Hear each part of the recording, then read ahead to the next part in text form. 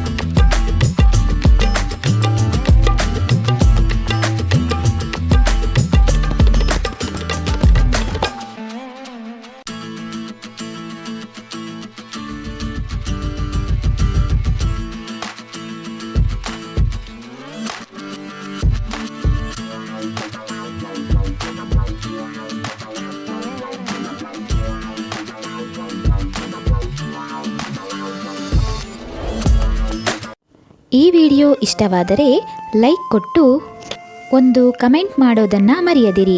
ಹಾಗೆ ನಿಮ್ಮ ನೆಚ್ಚಿನವರೊಂದಿಗೆ ಈ ವಿಡಿಯೋವನ್ನು ಶೇರ್ ಮಾಡಿಕೊಳ್ಳಿ. ತಪ್ಪದೇ ಚಾನಲನ್ನು ಸಬ್ಸ್ಕ್ರೈಬ್ ಮಾಡದವರು ಸಬ್ಸ್ಕ್ರೈಬ್ ಮಾಡಿಕೊಂಡು ಪಕ್ಕದಲ್ಲಿರುವಂತಹ ಬೆಲ್ ಐಕಾನಲ್ಲಿ ಆಲ್ ಎಂದು ಸೆಲೆಕ್ಟ್ ಮಾಡಿ. ಮುಂದಿನ ವಿಡಿಯೋದೊಂದಿಗೆ ಆದಷ್ಟು ಬೇಗ ಭೇಟಿಯಾಗೋಣ.